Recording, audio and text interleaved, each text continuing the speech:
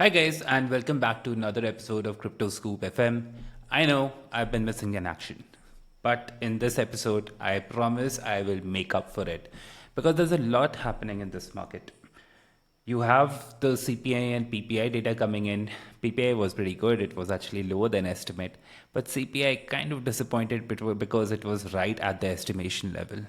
So now there are mixed feelings, but mostly on the positive side because you have all of the major analysts, all the way from Ben Cowen, to other market voices, saying that we could potentially see a 25 basis points rate cut. And Ben Cowen, who is usually he doesn't go so overboard, but he actually made the case for a 50 basis points rate cut. So clearly, a lot of cool things are happening in the market. What does this mean for our bags? How do we play this cycle? It's extremely important that we are always ahead of the curve. So, in today's episode, I'm going to talk about four things, right? I'm going to cover first the news around inflation. I will then cover the four major assets, right? So we already always talk about the big three. You might be wondering which is the fourth one. So in this episode, I'm going to tell you exactly what that fourth asset is and why I think it's supremely important. But before I start, nothing that I say here should be construed as financial advice, legal advice, or life advice. Crypto is inherently risky, and anything that I say or do should not be construed as financial advice. Be wise, guys. All right, so with that, let's dive in. What's happening in the markets, right? Okay, so let's start with the CPI numbers first because I think that's where the story for today really starts. And you can already see that the US CPI and US CPI came in at 2.9%, which is what was exactly expected, consensus estimate of the market. And the core CPI also came in at 3.1%, right, which was also expected. So inflation in comparison to last month has actually increased slightly. Which is not a good signal, right? But the fact that it did come in, exactly as expected, is not that crazy as well, which is interesting. Now, based on this, Ben Cowen tweeted that it would be reasonable for the Fed to cut 50 basis points at the next FOMC.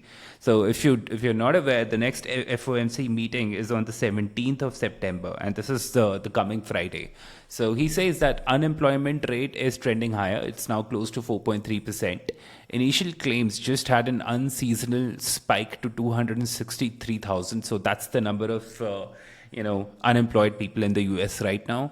And you have, for the first time, actually not the first time, but after a long time, the last time we saw this ratio of job openings to available workers. In very simple words, now there are more people looking for a job than there are jobs available in the market. And that number is now less than one. And the last time we saw this was in the COVID era. So this is actually a very, very concerning thing for the Trump administration and also for Jerome Powell, because one of his most important mandates, apart from keeping inflation low, is to make sure he is creating situations for a thriving economy. And if the job openings and available worker ratio is less than one, it creates a lot of challenges for him. And then he says that the 2 years is 100 bips below the Fed funds rate. So 50 bips cut is still restrictive, right? So he says that because we are still below the 2 years mark, we can still cut 50 bips and get away from it.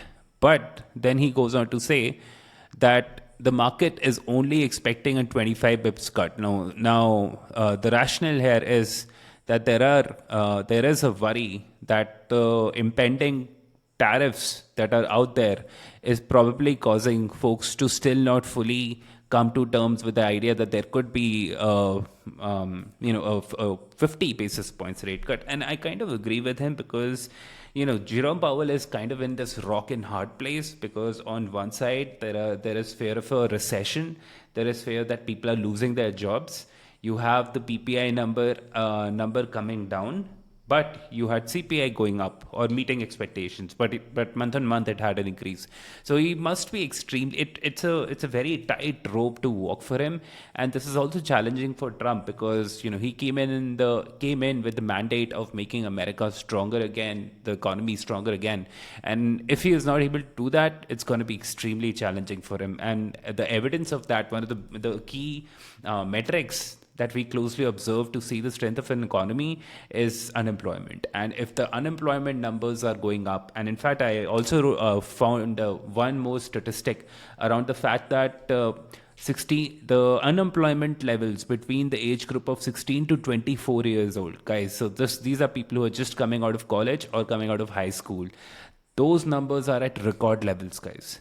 And that only points me to one thing, that we're probably in the beginning phases of a recession.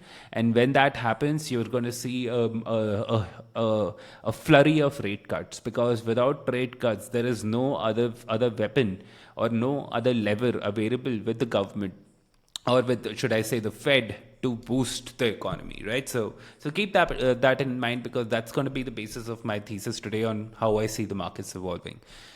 So we spoke about inflation. He posted this headline inflation number, and you can see on the blue line is the price of the S&P 500 and how it has increased across inflation ranges, and this shows you the year-on-year inflation. So we're actually seeing a dip, but now it has slightly trended upwards, but it's still nowhere crazy near the terms that we saw at the beginning of somewhere around 2021. This was the money printing due to the COVID scare. You had one in 2008. You had one, and some crazy inflation levels way back in the year, right? So it's an important chart in perspective, because it tells you that while, yes, inflation is going up, but it's not going up that crazy on a month-on-month basis. So there is headroom, there is space available for the Fed to do its magic, right? To be able to cut rates, to boost the economy, to spur consumer confidence. Very, very important. Next up, I found this post very interesting, and actually this chart very interesting. Let me bring this up, where Ted Pillows, he argues that Bitcoin tapped 114,500 liquidity region and then went down, which usually the US market session has resulted in price correction for Bitcoin. Also, CPI has increased by 0.2% month on month, which means inflation is still a concern. I think today's price action will be very volatile. I think I agree with him, because markets are still kind of guessing what exactly is going to happen, what is going to be the exact result of PPI coming down and CPI actually going up. Now, my thinking here is, because if you remember in the last month when PPI numbers came, they were almost like 90 pips or 0.9% higher than the estimate of the market, right? The expectation of the market. And producers didn't pass on that increase in prices to consumers, which is why the CPI numbers didn't change. But this time around, CPI numbers have improved. So my thinking here is that some of the inflation that the producers had to face have been passed down to the consumer, which is kind of showing up in the CPI numbers on a month-on-month basis, right?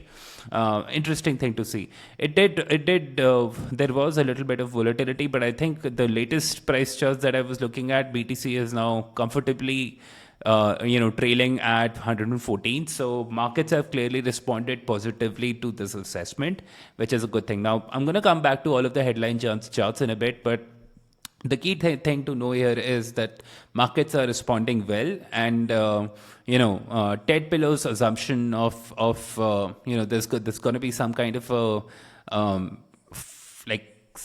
forced flush or price stopping clearly hasn't played out in the way that he was thinking.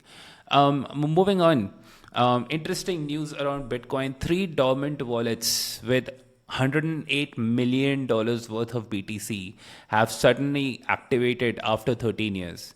When this Bitcoin was bought, the price was just $12. And so he says someone flipped a Honda City into a cruise, which I kind of agree with him. So $100 million of Bitcoin, guys, coming out. Does that mean there could be a sell pressure? Maybe, maybe not, because all that could happen here is that, he's just swapping his Bitcoin for ETFs, which just provides him, better ways, better liquidity and better ways to kind of manage it without the trouble of managing his private keys. So that could also be the situation which has happened before, because as yet, I'm not seeing any like crazy impact in the price of Bitcoin here, as you can see. In terms of $100 million sell. Even if $100 million sell happens, it won't really matter much for an asset which is worth $2.53 trillion, because we saw a huge $1 billion unlock happen just last month, and it barely moved the price like 5% or something, or less than that. So if that kind of a big sell event could not move the prices, $100 million Bitcoin unlock will not do anything about the space. So I think he was just attention farming at this point. I mean, Ted is a very respected analyst. I respect him, but I think really nothing. It's just a nothing burger for me at this point. He put in another post where where he said BlackRock is also selling their Bitcoin today at 33.65 million. It's important to understand that BlackRock really doesn't own many Bitcoin, right? So it's the it's the people who are holding Bitcoin in the form of an ETF. So if they go and sell their ETF in the market, that's basically what selling a Bitcoin means. So calling BlackRock selling ETF is actually a very, very wrong statement. It's just the people who buy the ETF are selling it. And again, you can see it barely did anything to the chart, 33 million. If I add the two numbers, it's at 133 million. And you can see on a 4-hour basis, nothing has happened. In fact, the price dipped to 110, 111 at around 5:30 in the evening, which is when the CPI data came in. And since then, it has recovered almost all of his lost ground, right? So it just bounced off his, I think it's the 100-day moving average, and it is already up 3.3%. So this is extremely bullish, guys. Right, this is an extremely bullish behavior, and you can see this reversal happened on an increasing volume. Look at this. This is crazy volumes, guys. Right, so this for me is a very nice indicator, because what has now happened is, let me just grab my rectangle. You can see that we were ranging at this price. We were just ranging here, right here at these price levels, right? So now we have broken off, and we have broken off with volumes, and we are trending above, we are trending above the 200-day moving average as well, which is an extremely bullish pattern with a higher volume. So I think at this point in time, I'm extremely bullish just looking at the Bitcoin chart and nothing else. We are in a very bullish phase of the market, guys. So that's an very interesting takeaway. Anywho, moving on. The liquidation levels are very, very important, guys. You can see those liquidation levels, the key liquidation levels for Bitcoin, 107 at the bottom and 118,600 at the top. Sold 212 and 234, Sui 331 and 377, ETH 4158 and 4610. Hype, I'm going to talk about Hype in a bit, 50.7 and 58, XRP 2.85 and 3.15, and then BNB 849 and 934. Key liquidation levels, price goes up. This would basically flush longs, because it will just bounce and then move on the other direction to cut deep liquidity, and then leveraged positions on both sides of the table. So these are key liquidation levels to watch. Smart money watches them, and these are important points from where you ought to long or short. So if the price comes closer to 118,600, you basically start selling shorts, because at this point in time, it's very likely that the market makers or the exchanges would try and flush these exchanges, moving the price in the opposite direction, right? Similarly, when the price goes towards 107, 200, it will start flushing out the longs, and again, a good point to start entering into long positions, right? So keep these levels in mind. They are very, very important. It just tells you how to play the market smartly if you are a trader. Even if you are an investor, you should keep an eye on this. And, hat tip, Marty Party, he comes on Invest Answers shows. I think he's one of the most brilliant analysts in the space. And this chart is very, very relevant. So, yeah, very, very cool stuff, right? Bitcoin spot ETF inflows yesterday were $741 million. Now, these were the highest in 2 months, guys. We saw a lot of choppiness happen on Bitcoin. Like we can see stuff happening here between July and August, then right here between August and September. But now finally we saw a huge uptick, right? More than $700 million of total net inflows on Bitcoin, which is really strong. It shows structural demand, right? It shows that ETFs are concentrating capital, and this all of this money will kind of move into spot positions for Bitcoin and further increase a liquidity-driven rally, right?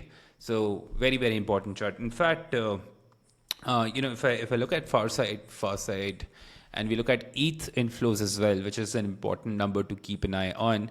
And ETH inflows, guys, yesterday was also positive. It was 171 million. So we can see ETF inflows are back. They were 700 million for Bitcoin, 741 million for Bitcoin, about 171 million for Ethereum. So clearly the top two are receiving a buttload of capital. And if you look at Solana is also positive. In fact, if you go back on this chart for Solana has been positive back to back. There has not been a single drawdown on Solana. We'll talk about Solana at length, shortly. Again, more institutional demand for Ethereum. There is an institution which just bought $346.5 million worth of ETH today. Alongside ETF buys, this could be digital asset treasury plays, some large buyer kind of taking positions.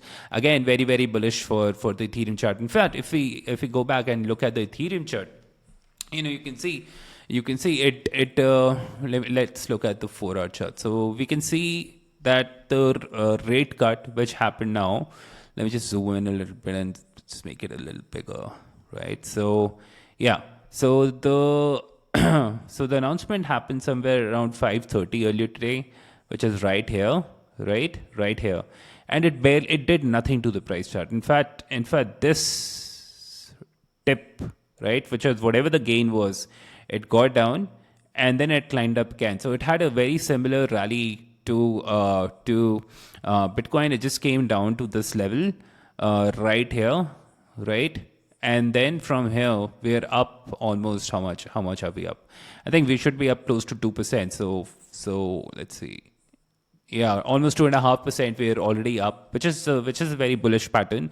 Again on increasing volumes. It's now trading above its 100-day moving average as well. It's kind of testing.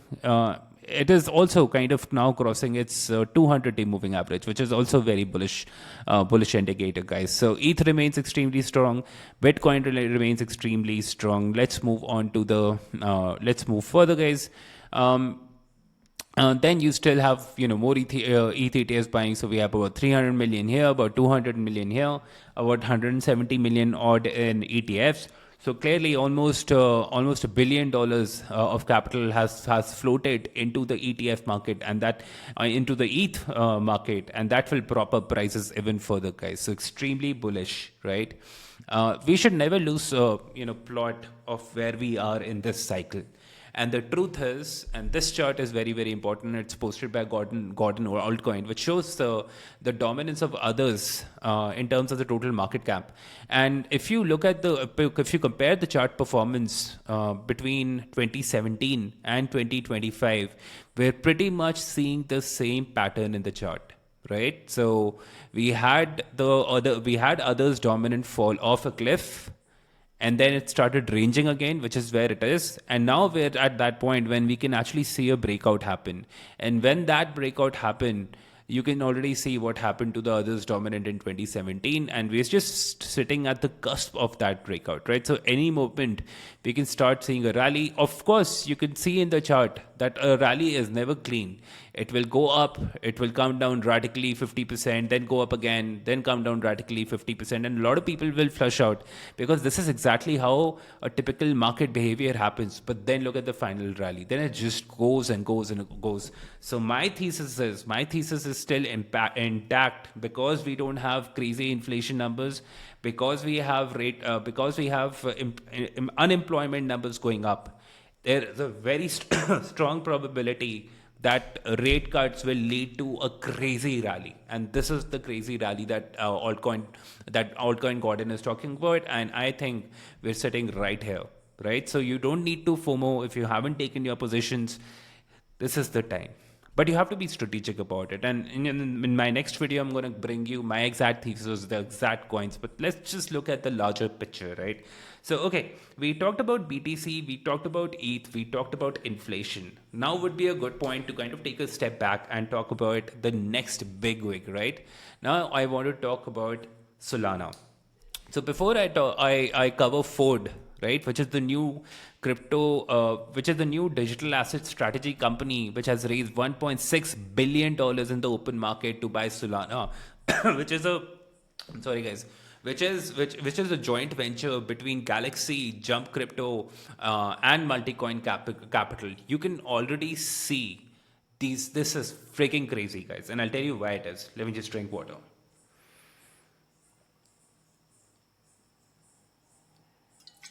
Huh.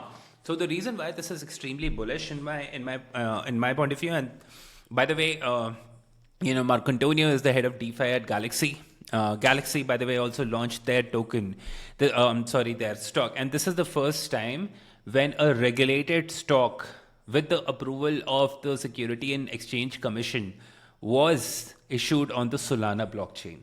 This is the pivotal moment for Solana, guys. This is a pivotal moment for Solana because this exemplifies institutional adoption.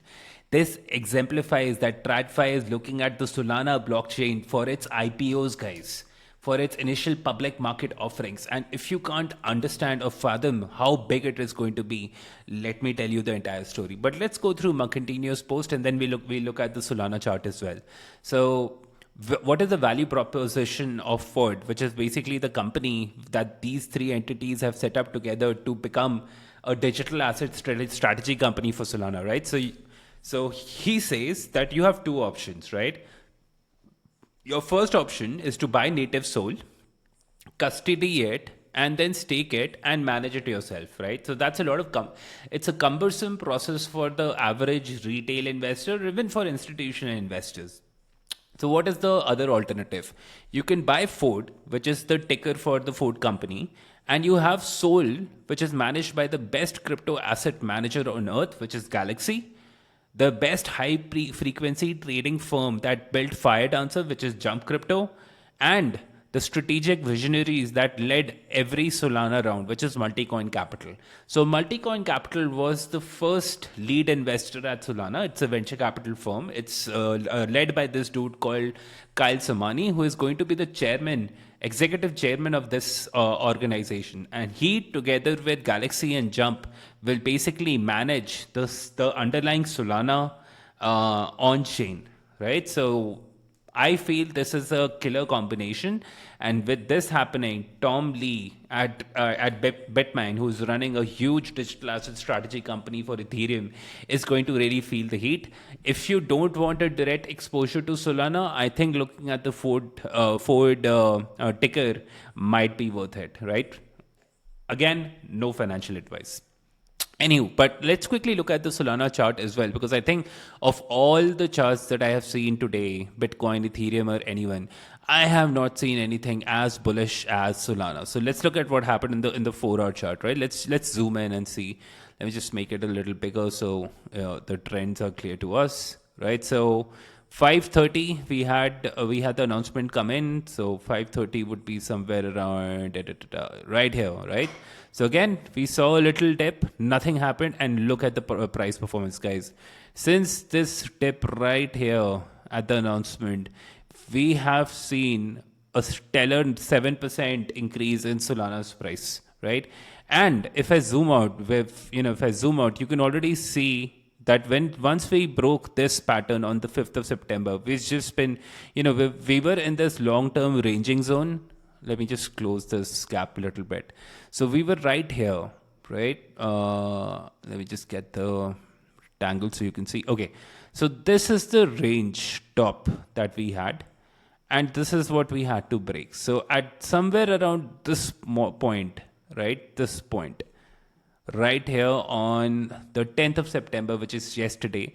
It broke off top, which was its resistance. It was not able to break. It tried here, tried here, tried here, tried here. It didn't break all of this.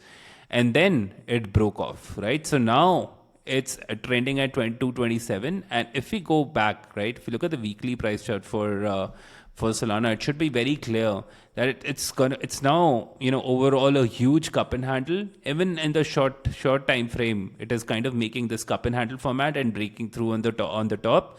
On a weekly basis, we're still not seeing crazy rallies. So what this tells me is, even though you have this crypto asset treasury company for Solana, these guys haven't really started deploying as yet, right? So keep that on the back of your head. But can you imagine, guys, once they start deploying, the top, the all-time high for Solana was 298, if I'm not wrong, 295.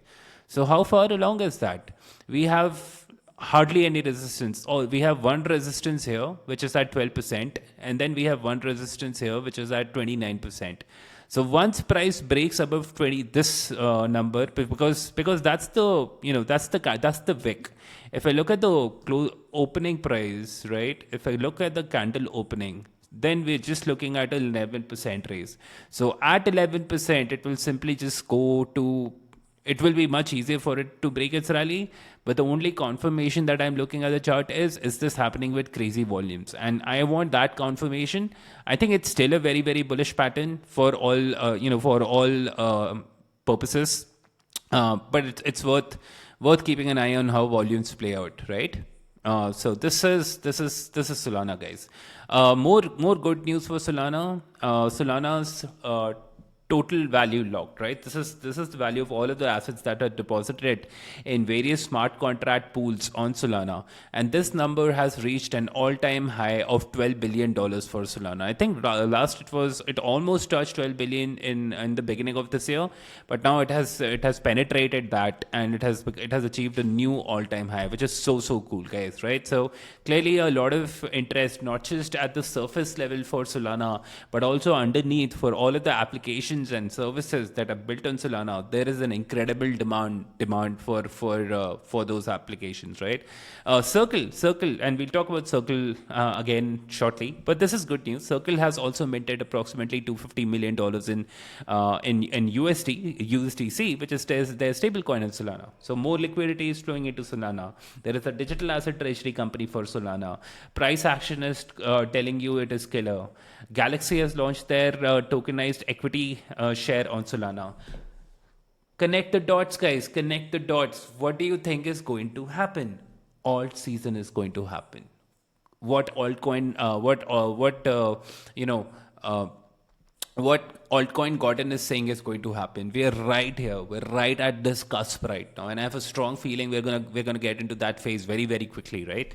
So we saw this. We saw this as well. Okay. Another cool thing, we have Safety Short, which has formed a Bonk Holding LLC to manage its digital asset strategy. The subsidiary has added $5 million in Bonk, bringing the company's total Bonk treasury to more than $63 million, or about 2.5% of the circulating supply. Now, I want to just say that while Bonk was the meme coin on the Solana ecosystem that really rallied the community together after the FTX crash, I feel their foray into the meme coin launchpad space is now not really playing out well, because with Pump's resurgence, it has been incredibly challenging for the Bonk ecosystem to really get back to its feet. So while this is really good positive news for Bonk as a meme coin, the underlying platform, because now it's not just a meme coin play, it's actually a platform play like pump fun. So because it has become a pump fun, a platform play, a platform has revenues, a platform has expenses, a platform has predictable revenue, which I can use to judge the base floor of base floor valuation. I have none of that. I have all of that now for Bonk. So even though this demand, the $63 million is great for Bonk, I think there are better ways to, I think Pump is a better alternative to Bonk when it comes to investing in the Solana altcoin thesis, right? So something to keep in mind. Very, very interesting. Okay, speaking of pump, this was a very beautiful blog, which kind of encapsulates the whole thesis. And if you're not aware of what is happening in the trenches these days, guys, I highly recommend that you get a little more active on X. But if you don't have the time, I'm here for you. So what is happening with the pump fund ecosystem is that they're now redefining themselves. So for the longest time, it was a meme coin launch pad, right? So people would just a dev would simply launch a token. People would pump it, and then it would either go to Valhalla or just crash and burn because somebody is just running the coin, doing a pump and dump bullshit. The cool thing to know about pump is that pump is now entering into how they define it as the creator capital market meta. So they have started a new live streaming service. Like, it's very similar to Twitch. So you can go there and do live streaming. But every time you live stream, let's say if I want to start live streaming on Pump Fund right now, I can actually launch a coin on Pump Fund, and people can speculate on that coin, and I will earn a percentage of the fee of the volumes that my coin generates, plus rewards in the form of Pump Fund tokens itself. So this is their flywheel right now, which is doing incredibly well, which is what Metablock explains. And he talks about another coin called Hyper, which is kind of building even more utility for the creators who are launching their coins. So one part of it is bootstrapping. Then the second part of keeping a creator or engaging with him or keeping an engaged community is to create utility around your stream, and that's what Hyper is trying to do. So this is basically the CCM creator capital market meta. I won't go too deep into it, but if you want me to explore and help you understand what the creator capital meta is all about, who are the big creators who are streaming on Pump Fund, what are their coins, all of this meta, then drop a comment below, and the next video, I promise I'm going to pick it up if I have at least 20 people saying we want this. So go on, guys, go down in the comment section. Okay, so now we have spoken about Solana, we have spoken about BTC, and we have spoken about ETH. We have also looked at the CPI numbers, and we know, looking at all of this, that we are in a very crazy bull market, right? But I said at the beginning of this video that it's not about the big three anymore. It's about the big four. And the fourth token, guys, is none other than Hyperliquid. In my opinion, the most bullish, the most powerful, the most incredible project that I have seen in my 5 years in crypto is Hyperliquid. Guys, they're making like, I don't know, 4.5 or 5 million. Let's look at the latest numbers. But last I checked, they were making about 4.5, $5 million every single frigging day. Can you believe that? $4 million every single day. Let's look at the data for, okay, there you go.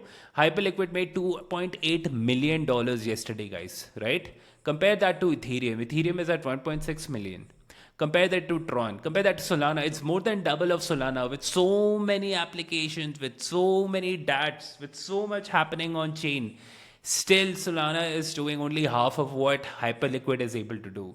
And that's the power of Hyperliquid. Another cool thing about Hyperliquid is they have only 11 employees. It's actually they generate more revenue per employee than all of the Mag 7 companies. Like, that should blow your mind. In fact, let me just show you some of the stats on Hyperliquid, which is very cool, and then I'll talk about the thing as well. So let me just go to this really cool handle. So if you haven't seen Hypefloor before, you should definitely go in there and follow them. It's a young handle, but it covers a lot of latest news and thesis around Hype Fund. So let's look at some of the numbers for Hyper EVM, right? Hyper EVM is the blockchain which Hyperliquid is building. The Hyper EVM blockchain has now, in a very short span, I think it's been only a couple of months since Hyper EVM launched. They already have more than 600,000 people transacting on the chain and 56 million transactions, guys. More than 400,000 transactions the last 24 hours, right? And only 13 cents in fee. So it's dirt cheap. a huge DeFi ecosystem is getting built on top of Hyperliquid, right? Let's see further. Let's look at this. Oh, okay. I'm going to talk about the USDH shortly, but now Hype is sitting at 55.2, which is its all-time high, right? So while you have projects like Solana, which is still away from its all-time high, Ethereum, which scratched the top but wasn't able to break it, right? So was only able to break it with 1 wick, but was not able to create a higher high.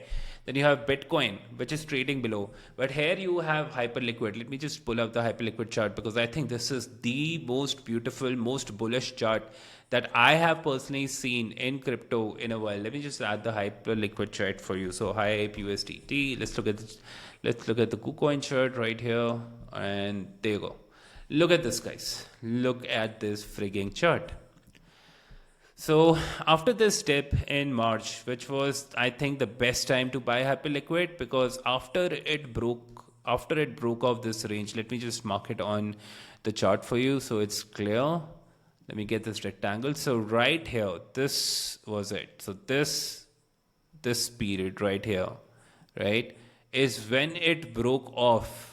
And this was the time right around the $29-30 range where it was a great buy, because if you would have bought it here, right, you would have been up a whopping 104%, guys. And now we are in full price discovery mode. Like if you look at the daily candle, you can see that let's zoom in a little bit, right? Let's look at the 4-hour price chart.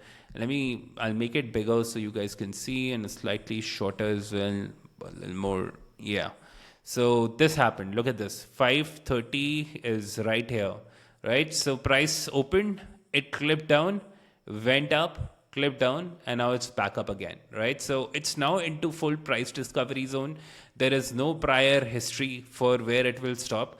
I personally feel, looking at all of the stats around Hyperliquid, that it's basically going to kill it. Look at this data point here. Hyperliquid actually is doing more volume than Robinhood, guys. Robinhood in May did 90 billion. Hyperliquid did 256 billion, right? In June, Robinhood did 193, Hyperliquid did 231. In July, Robinhood did 230, Hyperliquid did 331 billion freaking dollars worth of volume on chain, guys, fully on chain. And I'm telling you, this is not just going to be disrupting the future of finance. This is going to disrupt the heck out of Binance, guys. The heck out of Binance. So if you haven't been looking at Hyperliquid, I would strongly recommend that you look at Hyperliquid. A very big story that is emerging from all of this is the fact that now we are entering into the phase for, let me see where we were. Okay, we already looked at this, right? Okay, all right. So a new phase or a new day one is happening for Solana now, for Hyperliquid now, because Hyperliquid has now announced their native stablecoin, which is called USD Hyperliquid, and there are 7 big, 1, 2, 3, 4, 5, 6, 7, 8 big teams in crypto with their own stable coins who are going hammer and tong to convince the validator community, who are actually voting to decide who amongst them get to run the USDH stablecoin. And that alone, guys, will add at least $150 to $200 million of net new buy pressure for Hype, because these teams are promising that 90 to 95% of the revenue that they make through the stablecoin, through the yield that is generated, will be used to buy back the Hype token. Have you ever seen any community anywhere in crypto have that kind of alignment? No. And that's the power of Hyperliquid, guys. I'm not going to go deeper into the Hyperliquid USDH mania because a lot has happened. Trust me, I wanted to, but I think I'm already at, let me see how long this video is. I think it's pretty long, guys. I'm pretty sure. Okay, I'm at the 38-minute mark. I am pretty sure you don't want me to go any longer. But I'll just give you a TLDR. It is important that these teams are Hyperliquid first and Hyperliquid aligned. They are compliant, meaning they are compliant with the Genius Bill. there is a revenue share percentage, right? And they bring liquidity into the ecosystem in day one, and there are custodians and redemptions. So I will leave this post at the bottom. I think Ash did a very good review. Basically, he compared all the proposals, and currently, guys, the USDH proposal is now up for voting, and you can already see, right, that native markets, which is a hyperliquid incumbent project, is basically winning the percentage of vote right now. They are sitting at 73%. This will still go on until the 15th of September. So you still have, like, folks still have 4 more days to kind of vote. And at the end of this process, we will see who wins. Is it going to be native markets? Is it going to be Paxos? Is it going to be Athena? Athena, by the way, guys, they just pulled out their proposal a couple of hours back. So the only two teams who are in the race are now native markets and Paxos, and native markets is winning by a very large margin. So this is happening, guys. This is kind of very, very cool.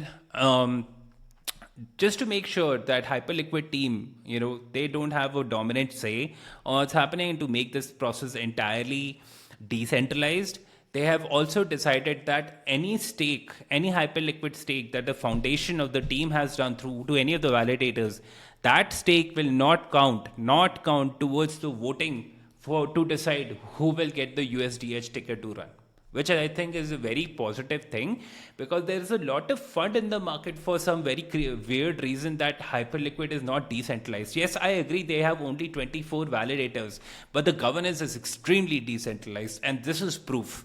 For people who are funding hyperliquid, shame on you. Shame on you.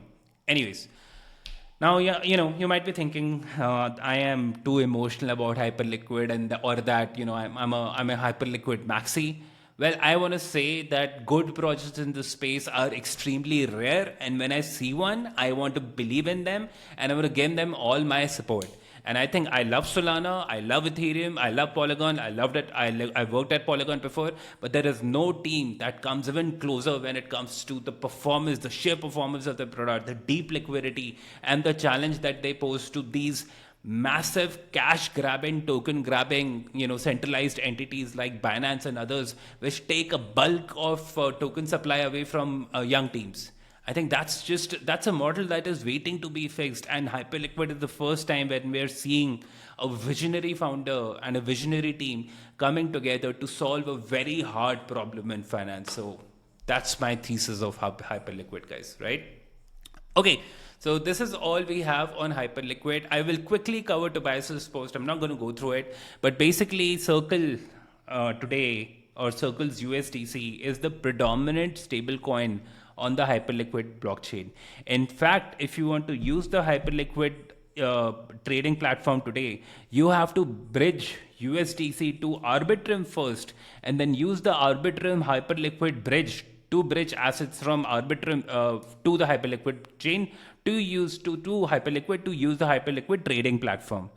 And they today have, I think, almost 6 or 7% of their, if I'm not wrong, but 7% of their supply is in Hyperliquid, and that makes them a lot of money. Right? That kind of makes them, if I'm not wrong, about, let me see if he has the number. If I read it somewhere, I think about 200 or 300 million. Or 150 or 200 million dollars they make from the Hyperliquid ecosystem, right? And so because the money, all of this USDC is basically minted against treasury T bonds, and they earn a yield on those T bonds, which is basically their income, right? And they are at the cusp of losing all of this income, because if a native USDH comes, where that money, instead of going into Circle's coffers, actually goes back into buying hype, you can already see how much buying pressure there will be for hype. So think strategically about it. I'm going to leave this post at the bottom of this video as well, so it's very clear to you what I'm talking about. All right. Okay, so now I want to come to a close, and I want to show you in a very simple caption, no words needed, guys. So here we are, right here. And we're entering into the phase where optimism will kick in, In October, we'll get into the belief phase, then we will have a thrill, and then we're going to go into crazy, euphoric banana zone when things will happen, right? And then the prices will drop off, right? So it is a very important chart. Print it out, stick it in front of you. Because if you plan on buying right here, you are not going to make it. If you want to play this market, this is the time to enter, and not just enter, but enter strategically. So my advice would be, if you're a new first timer in crypto, don't look at anything beyond the big four.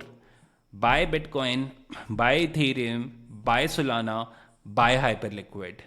I will leave the allocations to you, to your best judgment, but this is what I would do if I was a new investor in crypto markets.